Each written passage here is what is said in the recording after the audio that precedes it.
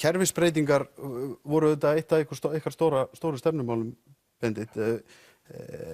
Ef maður tekur bara hluti eins og sjávarútvegsmál og landbúnaðarmál og það sem stendur það í stjórnarsáttmálanum og svona það sem að þið hefur sagt eftir að hann var kynntur, það var nú ekki að sjá neinar miklar kerfisbreytingar þar. Eruð þið að gefa þetta svona mikið eftir? Nei, þarna held ég einmitt að við höfum unnið mikinn sigur vegna þess að það er talað það að það eigi að endurskoða auðlindagjaldið í sjávarútveginum og það er meðal annars talað markaðstengingu þar, en við höfum alltaf sagt og ég margsagði það í þáttum fyrir kosningar, það verður að nást sátt nýtt kerfi, það verður að nást sátt milli þjóðarinnar og útgerðarinnar. Það er ekki hægt að vera með kerfi af þessu tagi þar sem að stór hluti þjóðarinnar er bara mjög sáttur við það hvernig afgjaldið er ákvarðað. Og ef oft skipun nefnd til þess að ná þessari sátt, Benedikt, þú veist það manna best.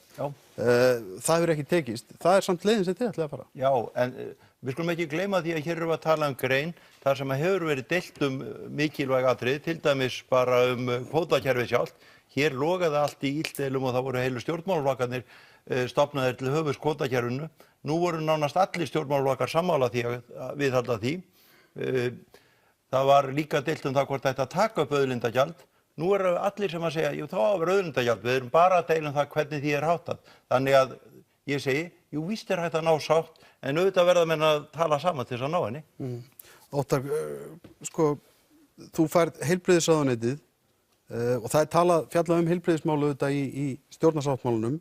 Það er talað að það eigi að minnka kostnaðarþátttöku sjúklinga og það er auðvitað talað, stóra málið er auðvitað það eigi að halda áfram með Landspítalann á þeim stað þar sem hann er.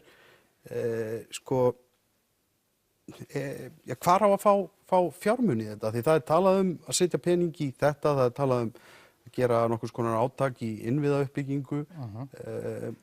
En svona á öðrum staði síðan talað það að það er nú að halda aftur af framkvæmdum og opinberum útgjöldum til þess að passa upp á þenslu. Hefurðu, hvaðan ætlið að fá peningan í þetta? Því þetta kostar allt og kostar mikla peninga. Allt kostar þetta peninga og þess vegna er þetta sett fram. Að sumu leyti óútfært, enda eru þetta stjórnarsáttmáli sem er í raun og veru yfirlýsing okkar ætlun okkar inn á kjörtímabilið. Það eru möguleikar á fjármögnun hingað og þangað líka í sáttmálanum sem ekki verið að loka á þvert á móti. Bara það að lækka skuldir ríkisins og vaxtakostnað ríkisins er stórmál. Það er talað kerfisbreytingar sem að mögulega geta losa fjármuni hingað og þangað. Það er talað... Þetta skiptir máli, þú ert að tala kerfisbreytingu, ertu að tala til dæmis þá að taka hærra auðlindagjald til dæmis? Já, það til dæmis, já. Það er talað það að koma á grænum sköttum. Það er talað það að endurskoða skattkerfi í kringum umhverfismálin og svona hlutir. En þetta er fyrst og fremst auðvitað yfirlýsing vilja og áherslur stjórnarinnar út kjörtímabilið sem er í sáttmálanum. Bjarni, er ég að skilja Óttar rétt? Er verið að boða þarna þá skattahækkanir með þessum grænu sköttum, hærra auðlindagjaldi í þessum stjórnarsáttmála? Það sem verið að tala orkuskipti og græna skatta og slíka hluti, þá erum við að tala í aðra röndina umhverfisáherslur og hins vegar tekjuöflunarkerfi ríkisins, það sem við ætlum að hafa og við getum reynt að beita þeim til þess að ná markmiðum á fleiri sviðum. Alveg eins og við erum að gera í dag, þegar við gefum afslátt á opinberum gjöldum við innflutning á rafmagnsbílum, þá erum við að reyna að hafa áhrif á það hvernig bílaflotinn þróast. Og þetta er bara mjög gott mál, mjög kannski nútímalegt mál, kannski mál sem hefði ekkert verið í stjórnarsáttmála fyrir, hvað ég að segja, 12 árum síðan. Það þýðir hærri skatta, hærri álögur? Ekkert endilega, en breyttar neysluvenjur, mögulega getur þetta skilað nýjum sköttum, sérstaklega meðan að menn eru að reyna að ná breytingunni fram. Af því að þá ertu að ná inn tekjum á meðan að breytingatímabilið er að eiga sér stað.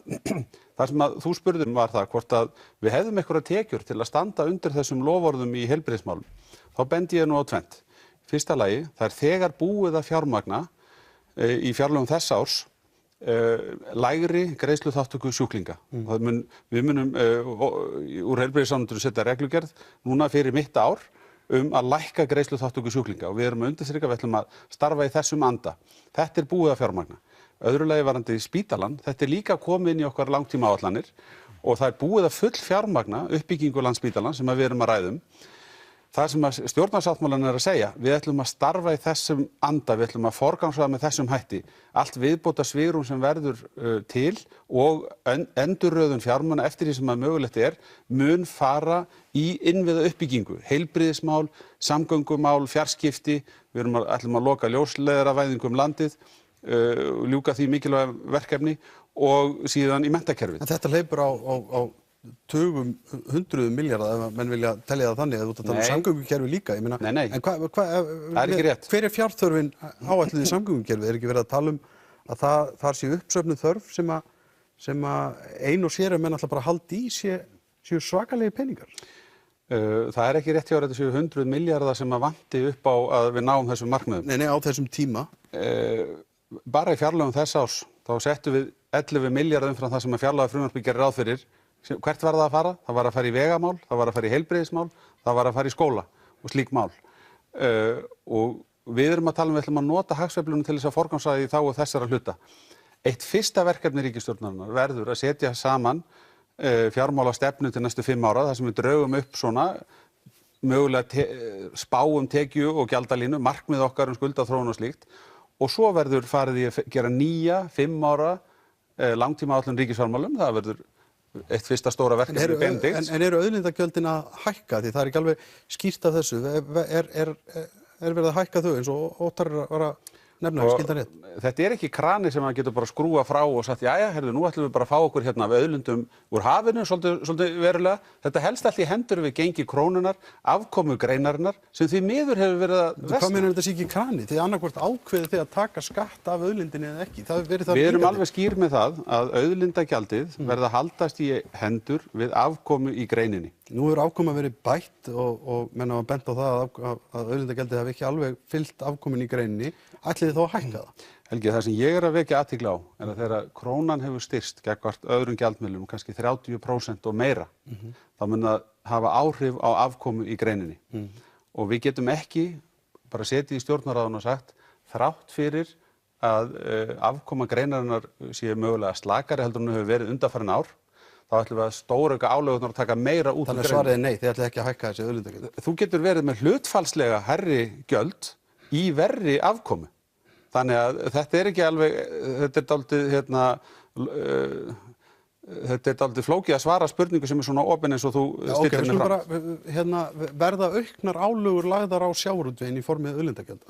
Við erum fyrst og fremst að horfa á það að við náum kerfi sem að skilar betur gjaldi til ríkisins sem er í takti við afkomu greinarinnar. Ég sé fyrir mér, sérstaklega hjá þeim fyrirtækjum sem hafa verið að hafa hvað mesta afkomu, að þar sé svigrúm til að skila meiru til ríkisins. En það sem ég er að segja hérna er það að það á endanum hangir á því að reksturinn haldi áfram að ganga vel. Það er svigrúm til þess að taka meira af útgerðinni, sérstaklega í tilteknum greinum, en við verðum að gæta okkar á því að leggja ekki slíkar byrðar yfir útgerðina heilt yfir, að þeir sem eru að hafa minna upp úr rekstrinum verði einfaldlega komnir í mínus. Benedikt, landbúnaðarmálin, að því að þér hefur oft og ykkur í Viðreisn og Bjartri framtíð líka verið tíðrætt um landbúnaðarkerfið. Bjart framtíð greiddi raunar atkvæði á mót gegn búvörusamningunum. Það er svona talað um endurskoðun þar í tengslum við búvörusamningana, endurskoðunar ákvæði þeim 2019. Ef maður skoðar samt þá samninga þá er ekkert opnað á neitt möguleika á okkur stórri kerfisbreytingu þar, því þetta er auðvitað tvíhliða samkomulag. Já, það sem að við tölum stsérstaklega í stjórnarsáttmálanum er nú tvennt. Við tölum samkeppnisumhverfi í mjólkuriðnaði. Þar hefur iðnaðurinn verið undanþeginn samkeppnislögum og við tölum að gera breytingar þar. Við tölum innflutningskvótana og meðhöndlun á þeim. Hvað hefur gerst núna og hvað er að gerast núna? Nú er aukast töluvert innflutningur á landbúnaðarvörum vegna samninga sem voru samþykktir í fyrra og munu taka gildi núna fljótlega á þessu ári. Og við þurfum að það sem að menn hafa verið að gera alltaf í þessu að fara í svona mótvægisaðgerðir. Hvað þýðir mótvægisaðgerðir? Það þýðir í raun og veru það að reyna að hækka verðið aftur á móti, reyna einhvern veginn að draga úr hagræðinu fyrir neytendur. Nú erum við að snúa þessu við erum að setja neytendur í öndvegi þarna og við erum að segja, við ætlum að horfa á það hvernig við úthlutum þessum kvótum, það sé ekki himinhátt verð á kvótunum sem eyðileggi allan haginn af því að vera með innflutning. En þýðir það ekki bara einfaldlega versnandi hag fyrir bændur? Þetta stóra aukur líka valfrelsi neytenda, þeir fá meira af vörum. En eykur það ekki, kemur það ekki verð út fyrir bændur? Það auðvitað þannig að við erum að tala um það að landbúnaðurinn verði atvinnugrein þar sem að venjuleg samkeppnislögmál ríki, það alveg rétt.